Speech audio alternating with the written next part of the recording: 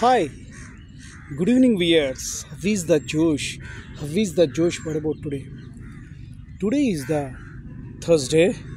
We are in 20th planning, 120th planning. ఇంకొక few days అయితే 121లోకి ఎంటర్ అవుతాం. మార్నింగ్ యోగాలు ఎక్సర్సైజ్ చేశారా? Very good.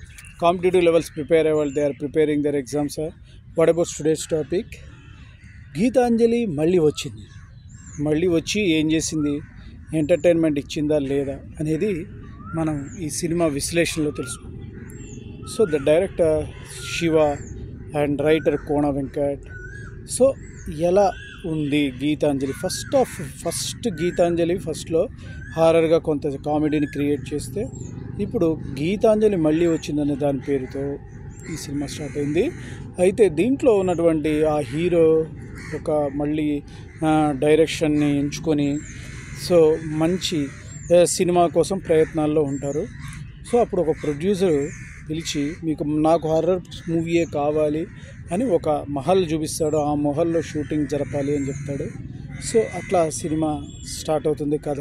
వీళ్ళు ఈ ఫస్ట్ హాఫ్ అంతా ఏంటంటే యాక్చువల్గా సినిమా కష్టాలు ఎలా ఉంటాయి అనే దాని మీద డైరెక్టర్ కొంతగా వేస్ట్ చేసడం జరిగింది. అది అంటే అంత పెద్దగా ఇంపాక్ట్ లేకపోయింది. కానీ సెకండ్ హాఫ్కి వచ్చేటప్పుడు కొన్ని జోక్స్, ఎస్పెషల్లీ సత్య కామెడీ సీన్స్ బాగా వర్కౌట్ అయింది.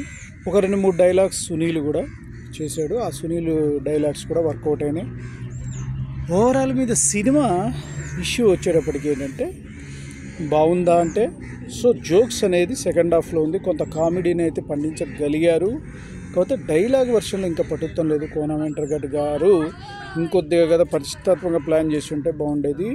సో ఏఐ ఆర్టిఫిషియల్ ఇంటెలిజెన్స్ ప్రబలంగా ఉన్నటువంటి ఈ డేస్లో ఎఫెక్ట్స్ మీద ఇంకొద్దిగా ఫోకస్ చేస్తుంటే బాగుండేది అనిపిస్తుంది. మామూలుగానే ఇంతకుముందు ఎలాంటి టెక్నాలజీ లేనప్పుడే సినిమాని బాగా ఎగ్జిబిట్ చేయగలిగారు. ఇప్పుడు ఆర్టిఫిషియల్ ఇంటెలిజెన్స్ వచ్చాక కూడా రేంజెస్ అంటే అఫ్కోర్స్ ఇక్కడ ఉన్నటువంటి వాళ్ళకు బడ్జెట్ తక్కువ అవటం వల్ల అన్నిటి మీద ఫోకస్ చేయలేకపోయారు.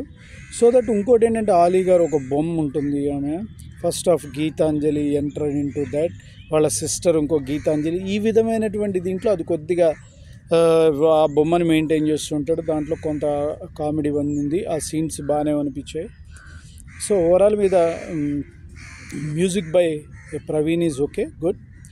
డైరెక్టర్ శివ తీసుకున్నటువంటి డైరెక్షన్ కంటే కూడా ఇక్కడ రైటర్ కోన వెంకట్ గారి డైలాగ్ వర్షన్ బాగున్నట్టయితే ఇంకా బాగా అనేది రైటింగ్ స్కిల్స్తో ఆ పట్టు తగ్గించారని అనిపిస్తుంది.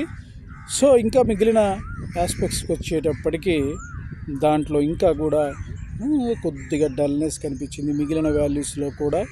సో ఒక కామెడీ కనుక పండుంటే మిగిలిన వాల్యూస్కి ఇంపాక్ట్ ఎక్కువ ఇచ్చేదేమో. సో ఆ విధంగా ప్రయత్నం చేయలేకపోయారు. సో హారర్ కూడా పూర్తిగా ఉండదు.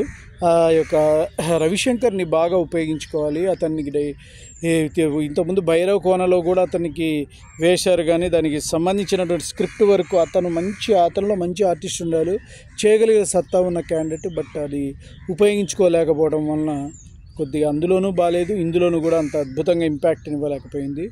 సో ఏంటంటే ఇక్కడ ఇచ్చే ప్రొజెక్షన్లో రైటింగ్లో ఒక డెప్త్ ఇవ్వగలిగితే బాగుండేది. భయం అనేది లేదు. ఊరికే కొన్ని దయ్యాల దగ్గర ఉన్నటువంటి వాళ్ళంతా కూడా కొంత కామెడీ అనేది జనరేట్ చేయగలిగింది.